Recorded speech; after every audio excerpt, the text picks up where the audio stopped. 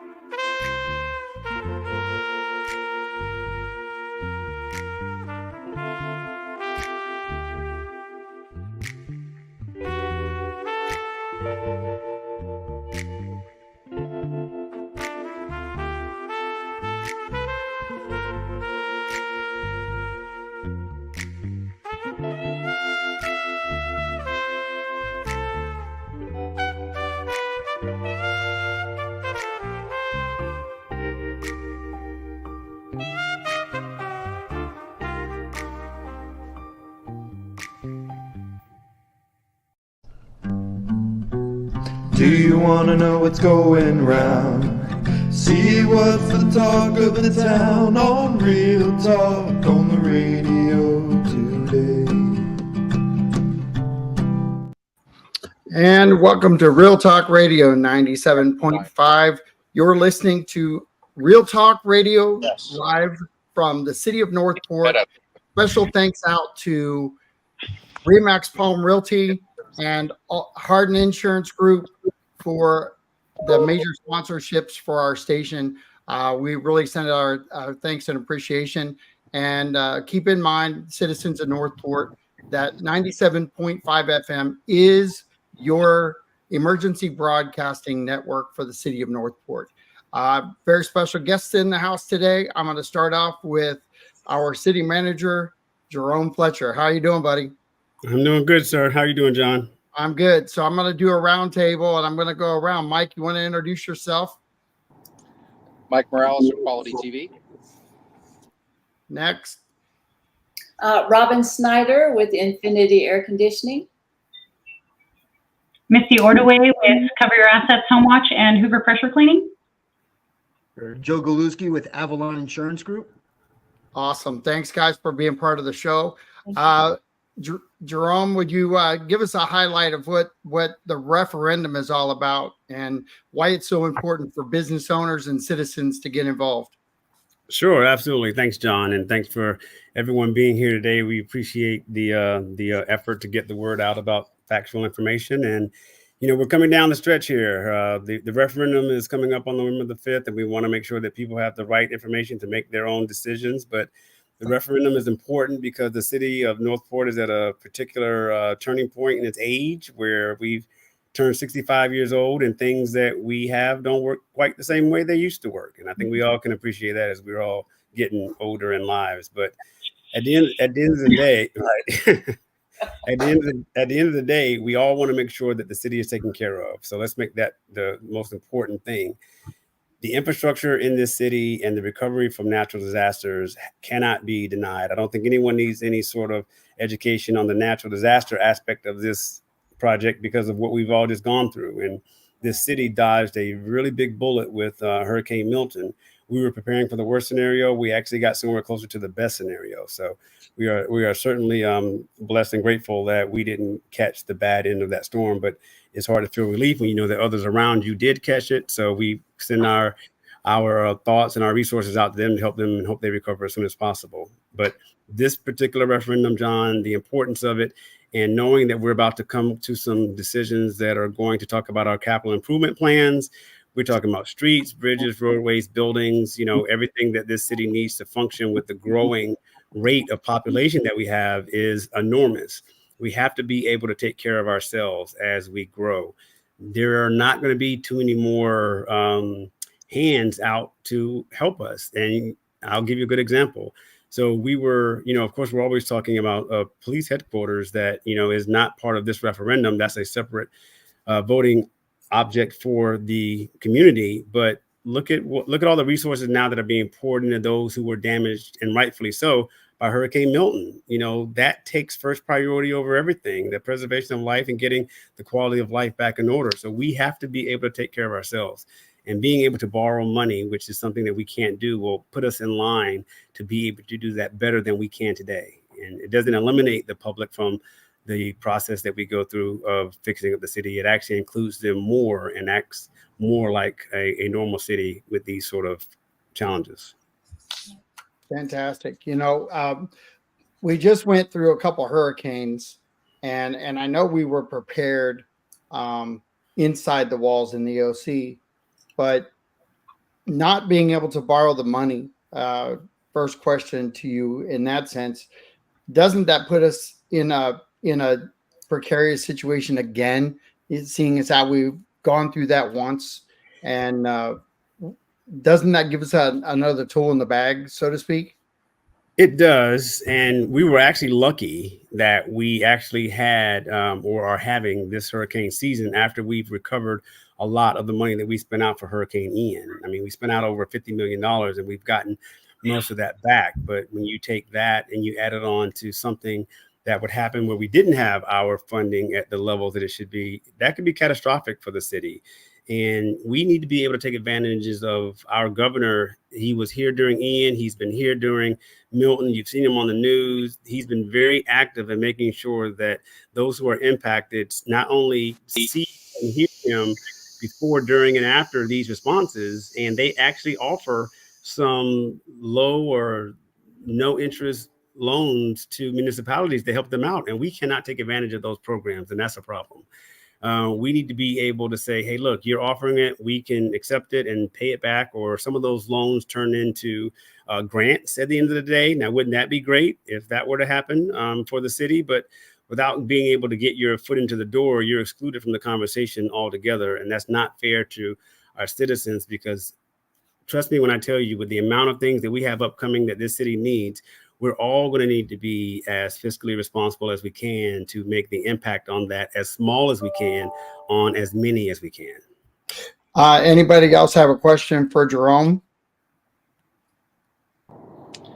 Hey, Jerome, what's the impact on what we can and cannot borrow when disasters come and the states offer certain, grants or interest rates? What are we losing or not getting by not having this ability?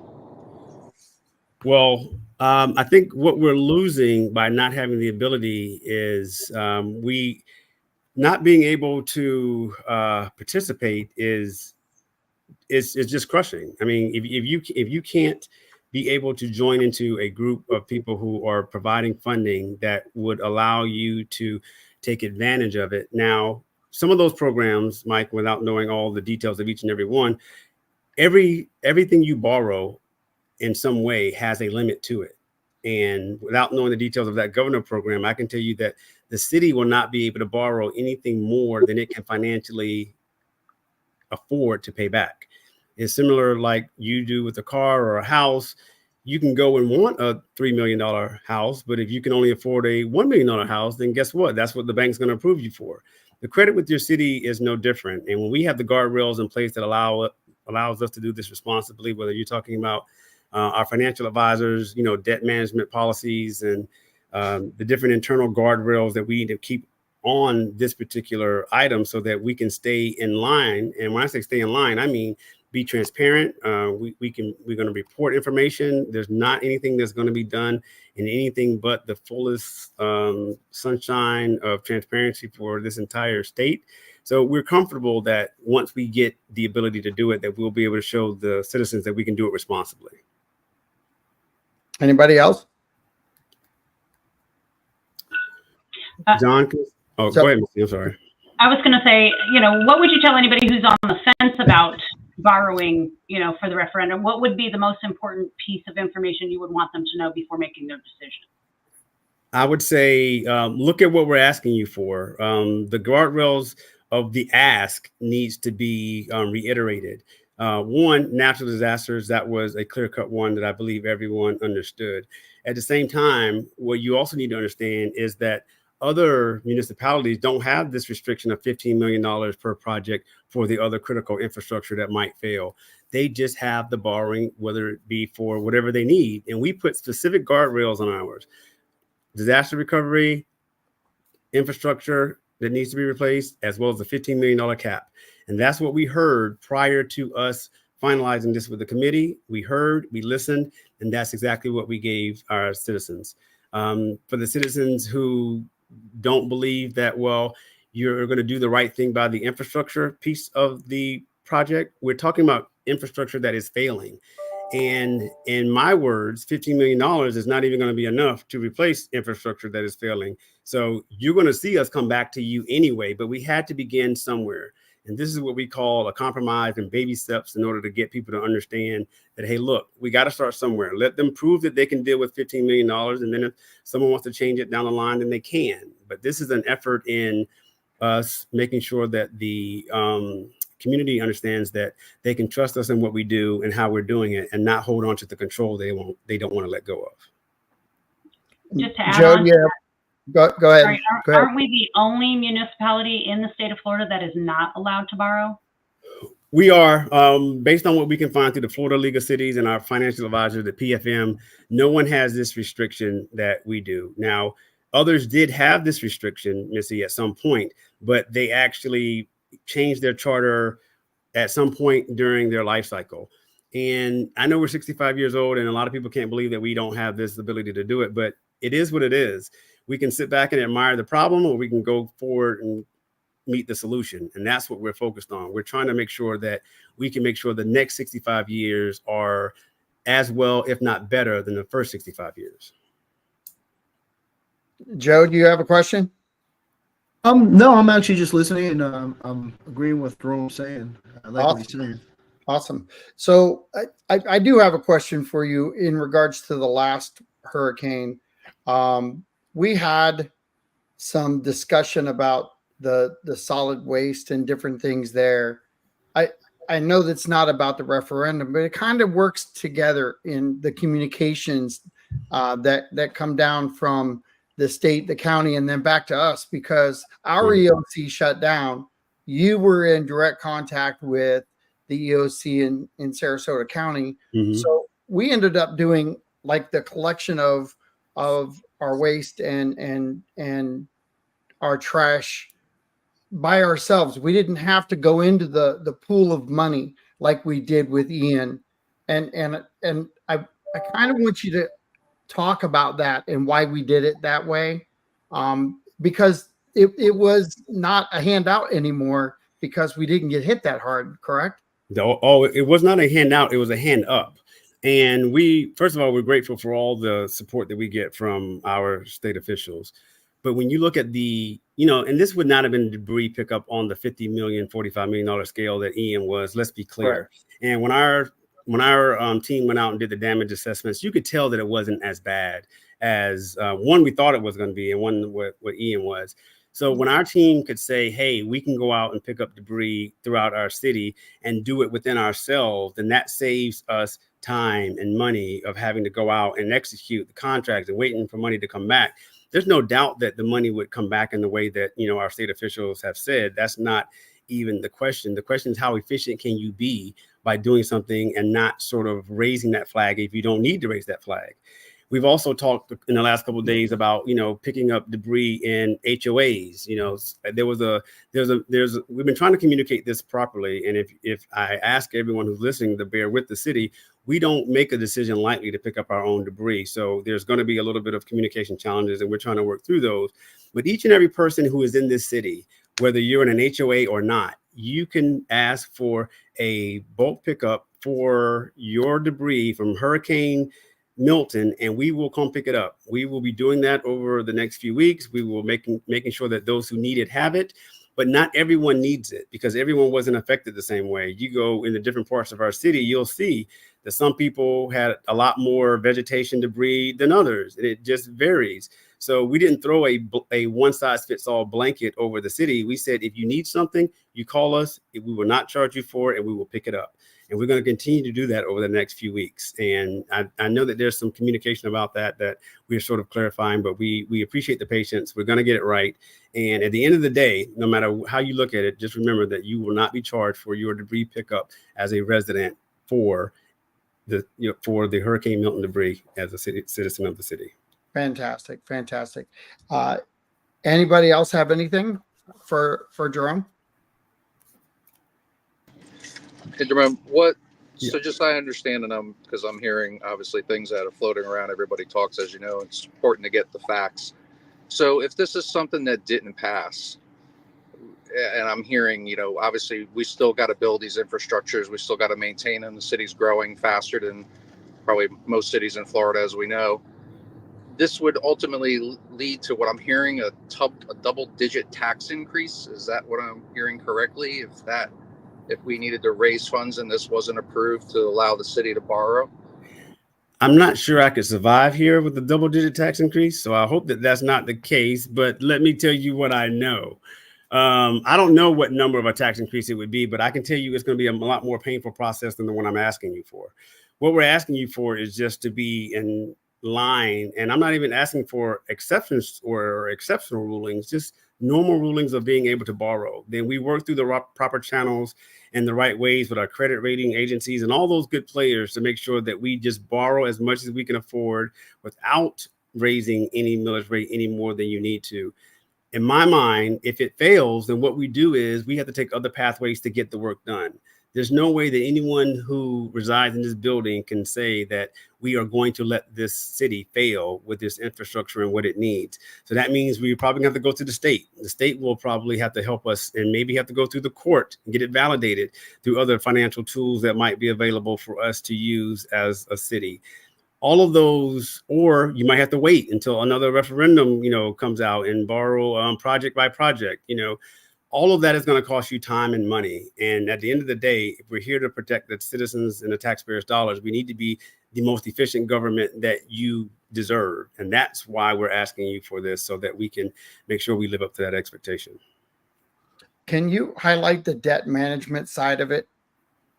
Sure. So the debt management side has a few components to it, but when most people think about it, they think, okay, what are your ratios that you're going to borrow to? How much are you going to borrow? How long are you going to pay it back? What are you borrowing it for? And does that meet the intention of, for advancing the city? So the debt management policy is one that we believe every jurisdiction should have. And through our research, we saw that most of the jurisdictions did have it and some did not. But, again, I'm sure they have their own guardrails in place and their own ratios that their financial advisors hold them accountable for.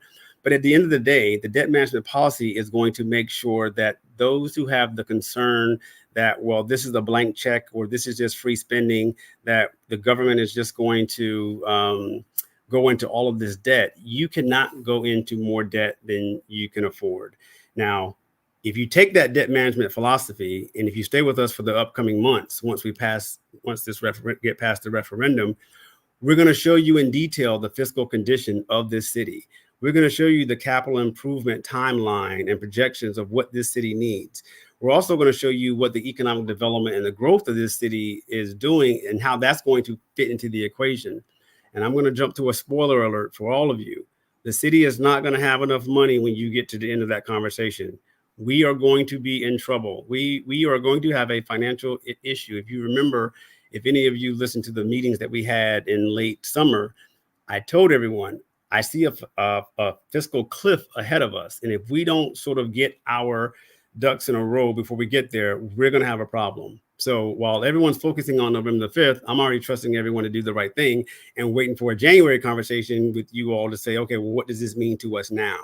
And that's going to be a valuable conversation. And when I say that everyone who lives in this city needs to make sure they're paying attention, I mean, everyone needs to pay attention. We're going to talk a lot about our financial stability and abilities in fiscal year 24-25. And not all of it's going to be pleasant. Not all of it's going to be fun, but it will be transparent and you will have your opportunities to make your voice heard. But the fiscal condition of this city has to be discussed and everything has to be talked about together and not just one-offs here and there and there and here about different aspects that people want to pull out, myself included, that are good and leave the bad out of it. We have to talk about it in its totality. And that's going to be what fiscal year 25 looks like. Awesome. Anybody else have anything? Go ahead, Missy. One more quick question. And I'm really hoping for the referendum myself to be passed, but as a devil's advocate, I guess, let's just say that it doesn't pass and things happen again, like a major catastrophe storm. So we had, after Ian, we had Price Boulevard failed, right? And, Right. you know, we had the money at that point to be able to get in there, act, make sure it happened, you know, very quickly to make the repairs. If we don't Right. have that money and we have to go through that chain that you were stating earlier, we have to go to the state, we have to do all those things. What's the typical turnaround time for something like that to get a repair? And I guess I'm asking this so that people can see, you know, the advantages we would have from having the ability to go borrow to take care of our infrastructure versus the timeline we would have to wait to get an approval, to get the state to help, you know, if that's an answer that you can give us.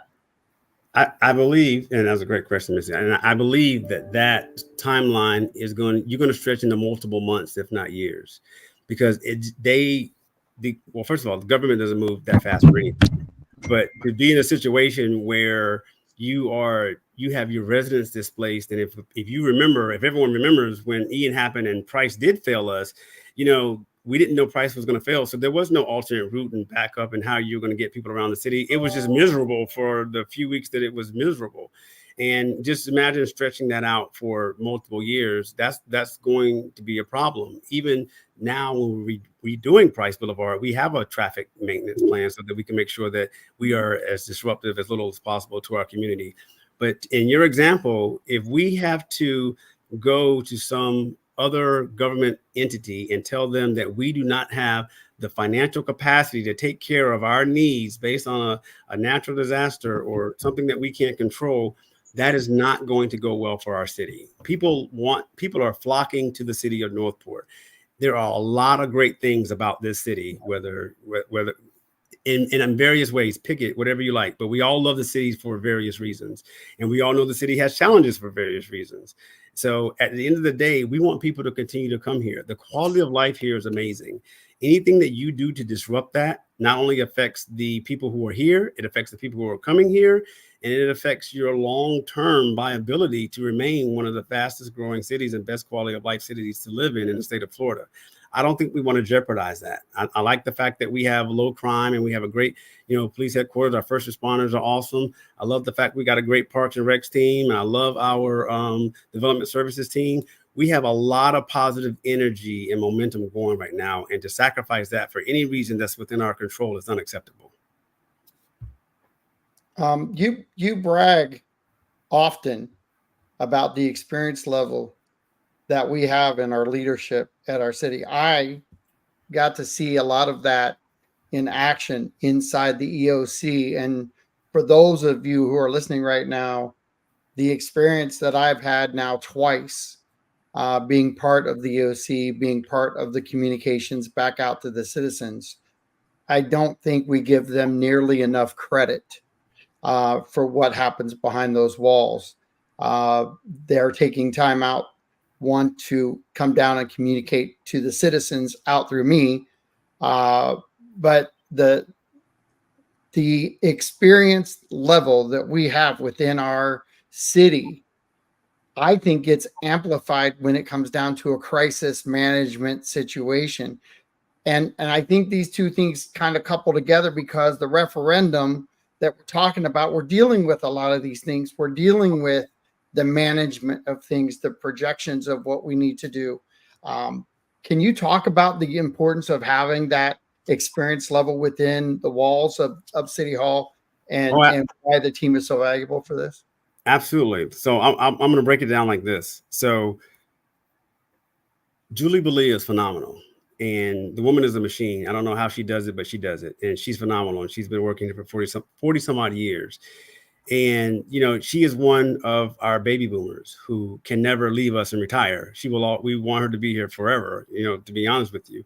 You know, I'm Generation X, then you got Generation Z, then you got your millennials. And we have such a wide variety of people and their experiences that are able to learn, mentor, teach, and guide each other from all aspects of our emergency recovery, that we're blessed to say that that melting pot gives us a great combination of individuals.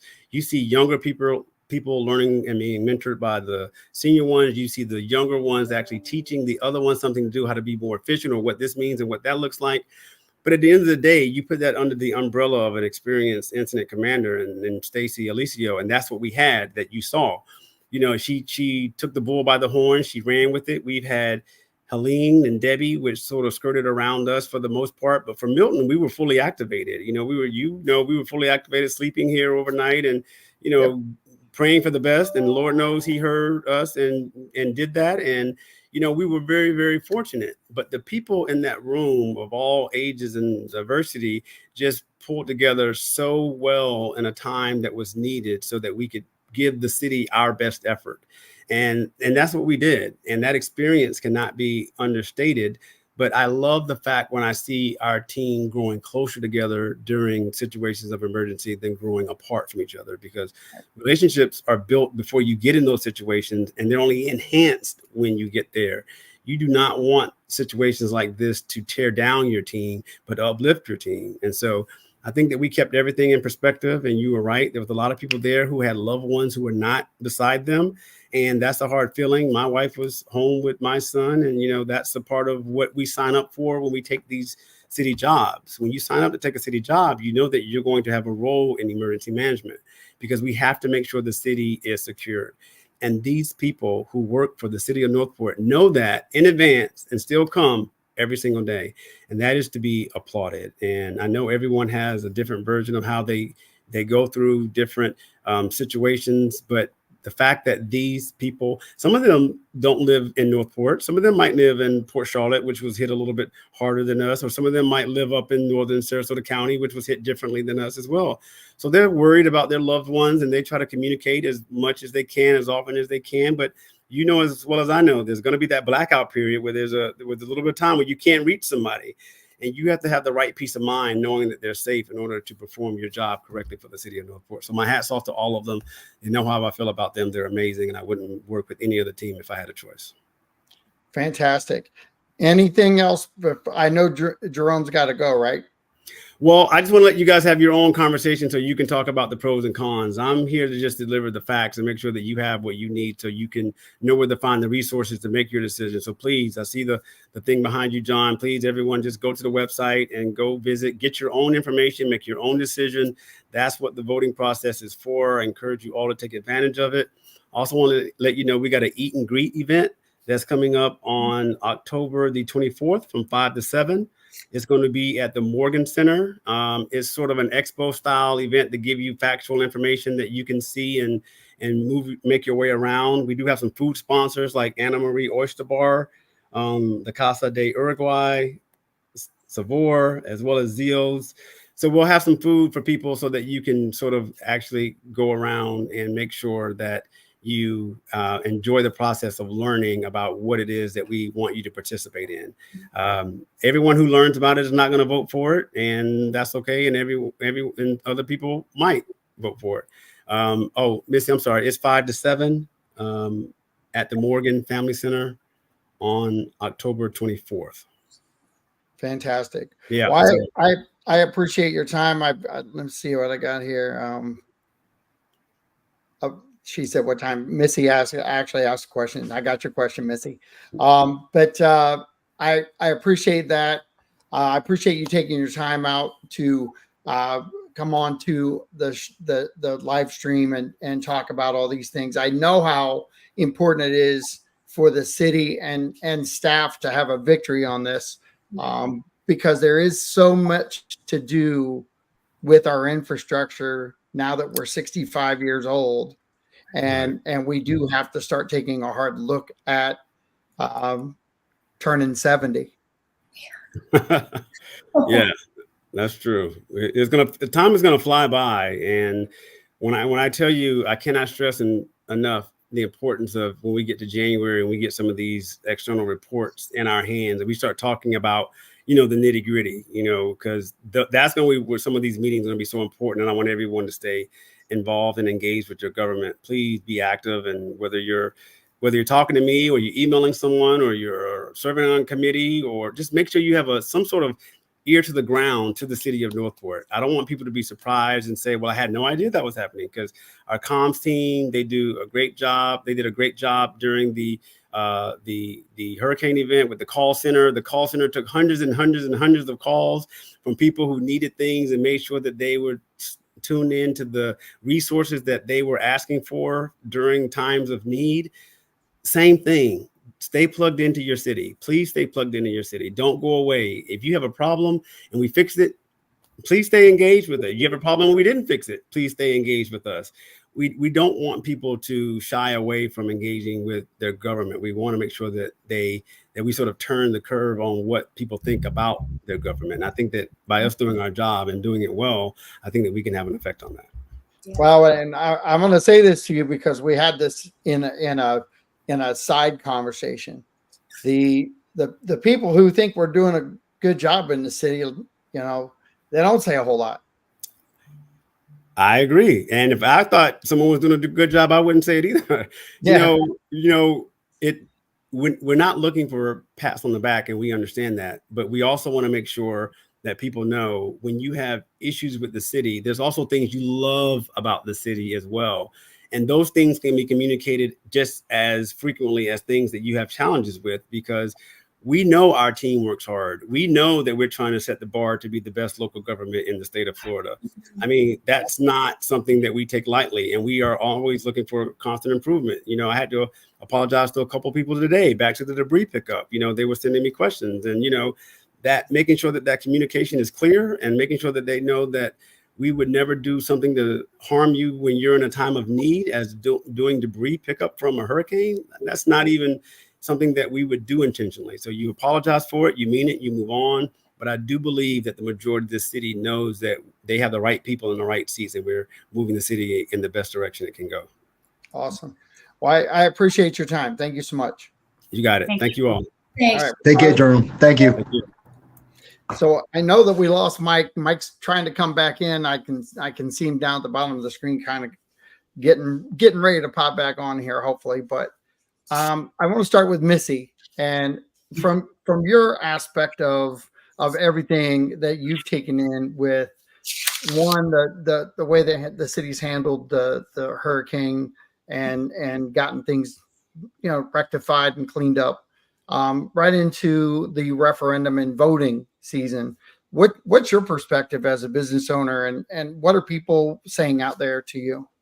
So I guess my story is a little bit, I bought Hoover Pressure Cleaning right before Ian. And so the effects on my business were, tremendous. And that's why I connected with the other business owners that are here, but if I, at that point, I didn't have the financial stability to pay my guys, even though they couldn't be here. And so to me, that relates as a city. We're trying to repair things. We're trying to make sure that people can still work, that jobs can get done. And if we don't have the financial backing to be able to do that, I, as a business owner, am going to go ask my bank for a loan. I'm going to go try and seek resources to be able to do those things.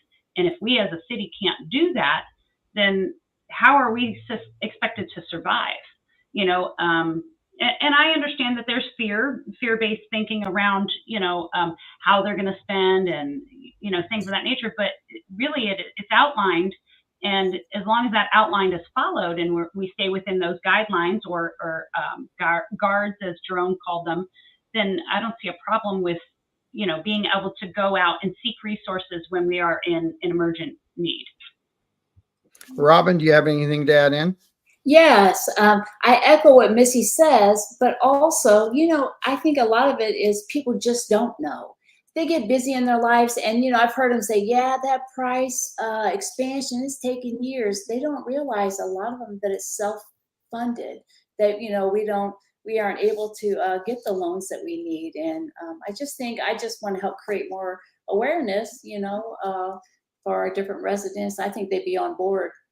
This is much needed, and we need the opportunity to be able to borrow so we can get what we need to get. So, Joe, you have anything to add in? John, my business has been here for 6 years. We've been in business for 20 years. I put a location over here in Northport because how fast it's growing, and it would be beneficial to myself and to the community because of the products we have. But right now we are renting a space for the last 6 years, and I'm looking to buy a building, and that's part of the reason why I'm here. I wanted to learn more of what's going on and what Jerome had to say about it, and I think he's right on with everything. So I think it's a great thing for Cape Coral, Northport. Excuse me. That's all right. Mike, I'm sure that you've got a good connection back. What's your thoughts on this? Yeah, I mean, I'm fully in support of it. I mean, what people don't realize, I think, the most is it's costing us millions and millions of dollars more not to be able to do things sooner. For instance, price, like Robin was talking about, that's been delayed. And as a result, it's costing millions more to do now if we had the ability to, do that earlier. And that's, the taxpayers are paying for that. And because we don't have that ability. So, all the other cities are doing this as well. I don't see any reason why, as long as we're managing it and there's a debt management system in place to make sure that we can pay it without having to raise people's taxes tremendously. I see no real harm and only good out of this. We gotta keep up with the growth, and we got to build more water plants and and all these other things that we got to do that. How are we going to do it? I mean, you have two choices: you either borrow or you raise taxes. I just don't see any other way to do it. So I'm for it. Well, and it would be interesting. Well, not interesting actually, because they've already laid out the scenario that if we were to go down this road and we didn't have the ability, we'd then have to come back and be specific and ask for specific allotments of money, or it would be a tax rate increase. So it's kind of like this double-edged sword. Either you take a good hard look at it and you get involved and you make sure that there are the guardrails into place to start out with, and so that things advance more. But I like the ask. I do like the ask. I think it's a huge deal for us as a city, and I think it's also a long time coming. I think it's about time we have the people in place that are starting to look at our city as a grown-up city versus a small town, oh my God moment. I'm over that. I want your aspect on that, and I'll go back to Missy, and I know that you just bought into a business, but how are you feeling about the momentum of the city? I'm actually really just getting involved as a business owner, finally having things kind of where they need to be so that they're running a little bit more smoothly for both of my businesses, so that I can see kind of what's going on, because this is where I do business, this is where I raise my kids, this is where I live, and, I want to make sure that things are going in the direction that, is healthy and good for all of our community. And what I see, I love. I just absolutely think that Jerome and the other city managers, they're they're knowledgeable, and I think that they really do, dissect everything to make sure that it's the best option for us moving forward. And and I think they do take into account what citizens are saying. And not just complainers, not just the good news, the bad news, everything, and they take it and they turn it into something that everyone can agree to or live with moving forward. Well, you brought in the word complainers, and I see Robin put a post up, but I'm not meaning anything directed at any particular group, because I'm hopeful. I've had enough of these conversations now that I'm hopeful that the complainers aren't complaining about everything, because if you're complaining about every single thing that's happening, then you are in that bucket. Right. And it's okay to be in that bucket, because that's your goal in life. And Robin's not like that. Robin is a get her done type person. She's focused on where her goals are and overall. And so this shouldn't be, I hate this time of year. The politics of this whole thing really sucks, to be real frank about it. Because we all need to learn how to start having conversations. And really, it's nice to have you guys on my show, because it's the first roundtable discussion with business owners. Oh, well, one other thing I was thinking, and I'm sorry to interrupt, Robin, is that we're all different people. We all have individual views, and it's just, to me, it's about having respect. I might not agree with you, but I respect you for your decisions, and I might not understand how you got to that point. But for us to be on the same page, that we're trying to move forward in a way that's good and healthy for all of us. And if I wanted to be in the position that Jerome was in, or any of the other, commissioners, then that's where I would be. I'm not there. So I know that I don't want to be in that position to make that choice. What they have to do is extremely tough work. They have to listen to all of us, and they have to make the best decision for everybody. So I think that considering that we all have different opinions, that, I think that I don't want their job. No offense, but it's just not. So it's extremely tough, and so I admire and respect them for taking a leadership role in our city. And I hope that it works out for the best for all of us. Yeah. Joe, do you have anything to add in? Well, you talked about momentum, and again, that's why we came here 6 years ago, is because we saw the momentum of the city. And I don't live in Northport; I live in Cape Coral, but I have to drive here every day, and I see, going through Cape Coral and Port Charlotte, and then getting into Northport, how beautiful Northport is, and how it's being built over the years. We've been coming to Northport since probably early '90s. My sister actually lives here, so I come here quite often before I have my business here. And I've seen how it has grown, and it's beautiful. I mean, my wife and I are looking to move here now because we like it here so much. So I mean, and as far as being a leader in a like Jerome, I mean, we put our faith in people like Jerome, that they're going to make the right decisions, kind of like what Missy said. And my hat's off to him and the job he does, and all the leaders of the city.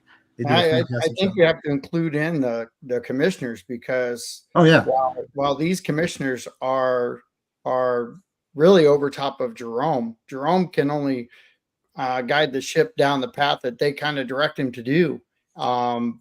He can come up with ideas and concepts and bring them back, and staff can do the same. I kind of have to throw our commissioners some kudos too, because they've worked through these things and had the vision to look forward at a bigger city. You brought in Cape Coral. I'm glad you did, Joe, because I've heard a lot of people say, "Oh, we're going to be another Cape Coral." We're not. Cape Coral is definitely, I sell down there. I do my thing down there. I have been part of the fabric of that growth, and I've watched it. There is no chance that we look like Cape Coral. No chance. So I'm kind of over that. We are who we are, and I'm going to say something to y'all, and I'll feed into this conversation a little bit, but I'm tired of the bedroom community. I think we need to have you all here. I think we need to have these businesses be part of the fabric of Northport.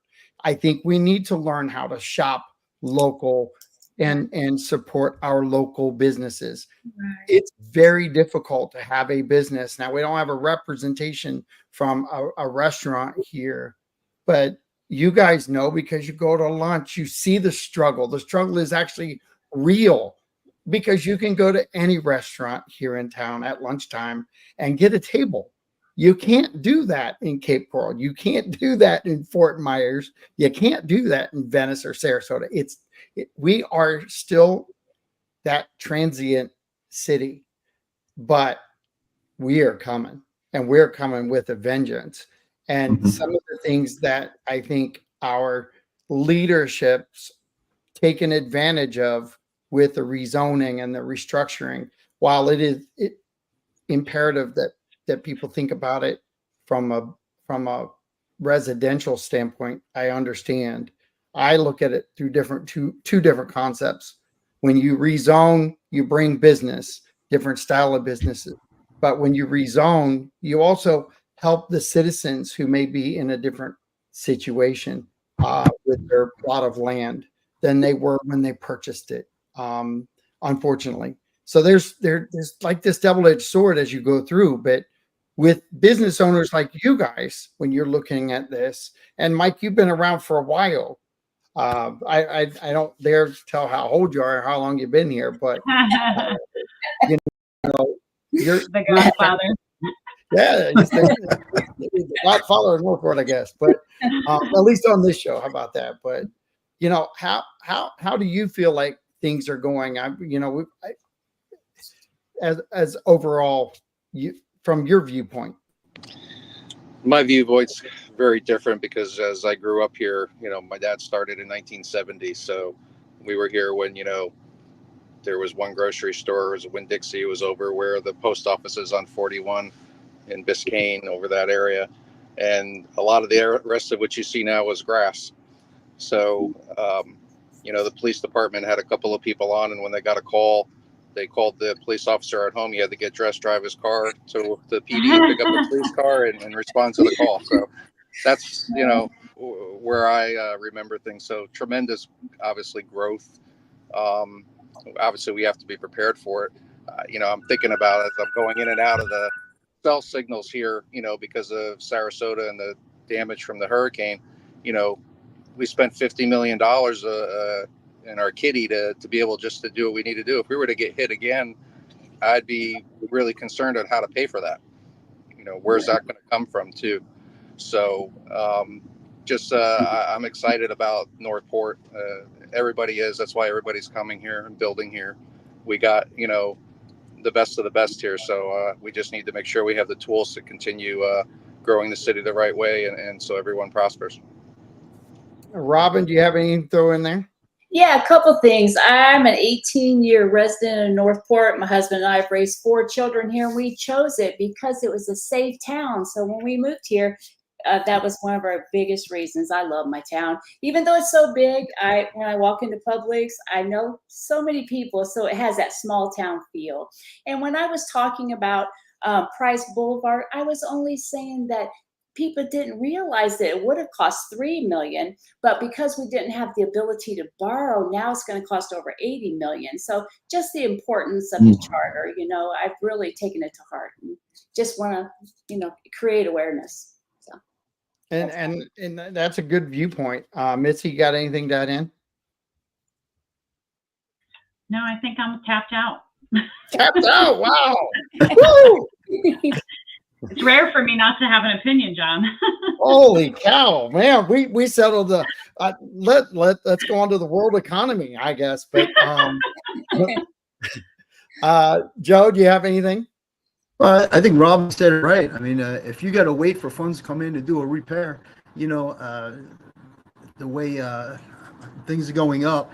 You know, what did you say, Robin, from 3 million to 80 million? Yeah, it was 3 million for the price expansion. Now they said because inflation is over 80 million. It's just if we had that ability to borrow, if some of these are low interest or no interest, loans, we could move forward. Yeah, I think it's a no-brainer, honestly. Yeah, that's insanity. I'm going to start with Missy up top. What do you hear from your workers today after post hurricane? What are your workers feeling today in the environment we're in right now? Stress. They're stressed. I mean, they're trying to find childcare. They're trying to, make sure that their bills are paid on time. They didn't have a week's worth of work. So as a business owner, you either have to make the choice to, pay them without, which we've done. We decided that was the right thing to do. We don't want anybody to feel like they can't pay their bills, they can't feed their children, they can't have the roof over their head. And I know that lessens the stress, but it doesn't quite look at, that's just to pay their bills. They still have repairs that need to be made. And, so it's extremely hard. We have one of our technicians lives in a mobile home community. So of course he had to evacuate and, thankfully had people go check on his home and he survived without too much damage. But, if any of them were to have been homeless, then to me, I mean, I know it's not fully my responsibility, but I know us, Will and I, as people, would have done anything and everything that we could to make sure that they're well taken care of. So it's trying to maintain a peaceful and calm environment, which we don't have any control over the weather, but something like this, where we can at least, maybe save 20 minutes because price is open, and keep a little bit more flow to the day for our jobs and for our guys. And, I mean, it's something as simple as traffic, but it's really a big deal for us as a community to navigate through the roads. And so if we don't have that ability, then it's just going to be detrimental for a lot of people. So I'm going to add something into one of the things that you said, Northport Forward. You need to look them up. Citizens need to get involved with them. I'm part of that whole crew over there, and I don't have the flyer up ready to go, but we're going to have a discussion through the Northport Forward group, along with good representation about childcare. So I will make sure each and every one of you has the flyer. You should share that with your staff, because things like that, things that we can really build a bond together with your workers and get them involved in some of these things, so we can start talking about them and draw attention to those topics.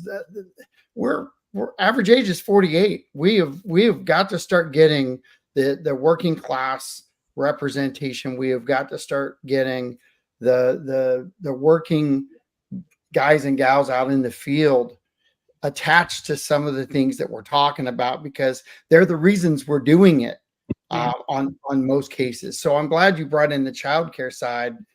Check out Northport Forward. We've got the events coming up, and make sure that you highlight that with your staff and get that involved in their aspect, because their input can be very valuable. And the Northport Forward just attached the link to the show and the conversation. So thank you so much. It's probably Ginger or one of the guys that are doing it. So thank you so much. I appreciate you doing that. But so Joe, do you have anything to add into what Missy was saying? Well, before I go any further, I'd just like to say I know Missy and Robin and Mike. I know them all personally, and I know that they all run very, very successful businesses. And part of the reason they run very successful businesses because they treat all of their staff like family. And just like Missy was saying, they all take care of their own. And I think they're going to put their family before themselves. And that's what we all do here. And, that's the beauty of the businesses here in Northport. in the small businesses. Yep, I agree. Robin? Yes, sir, I agree. Yes. Mike, do you have anything to add in? Good. Or should I said Godfather? So we all call him. That's an inside joke from our networking group. But seriously, like one of the things that we worked on a long time ago, real quick, as we, some of the business owners along Tamiami Trail developed an organization called BLOW, the Business Owners of Tamiami Trail, right? So in that, we were able to get a grant from Metropolitan to add additional parking that General Development donated for the parking, like in front of my business, to make it parking. And they started to do that over at the library, where they added some parking spaces. That money, unfortunately, went to another important thing for safety, or whatever that may have been at that time, because they couldn't do it. So that money had to be taken to take care of things that were more important. Had we had the ability to do this, I would have had adequate parking years ago that our businesses need now. And now with the Anna Marie Oyster Bar, the Moose, people are having to park in the roadway all the way down the street. And now the city's trying to figure out, how do we fix this? How do we get the funding for it to fix this serious issue? It's not even season yet. Yeah. We have no idea what's going to happen once this happens. This all leads back to a domino effect of all these kind of situations, because we don't have this ability. So just wanted to add that in there. No, I think that's a great point, because we've done things in the past that we're paying for now. The fact that Price Boulevard is so long ago, and now this project that you talk about, that was pre John Rawlings. I can guarantee you that one.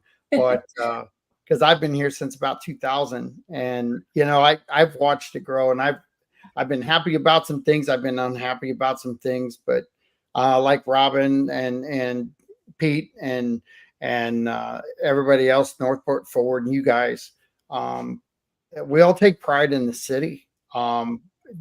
Whether we like the things or not, we're still loving the city. It's not going anywhere, and I think some of these, I'd love to do I'd love to have Robin on with you guys and have a conversation. Or some citizens. I've had her on with a roundtable before, but I know we're at 4:00, and I just want to give a shout out to you guys, because I appreciate you coming on. I appreciate you being part of the process and being involved. So thank you very much to all of you. Thanks for having us, John. Thank you for having us, John. Hey, a quick shout out to the city manager for addressing this, and the commissioner, especially Commissioner Stokes. I know has been working hard on this, and we appreciate everything that they're doing, and not kicking the can down the road, right? Which happens in a lot of communities. So I appreciate this being addressed. Right. Yeah. All right. This is John Rawlings saying thanks, and we'll talk to you on. What is today? Friday. The week has just gone. So we'll see you on Monday, and Commissioner McDowell will be joining us on Monday. So thank you so much. I appreciate your time. Y'all be safe. Appreciate it. Thank you. Thanks, John. Thank you. Thank you.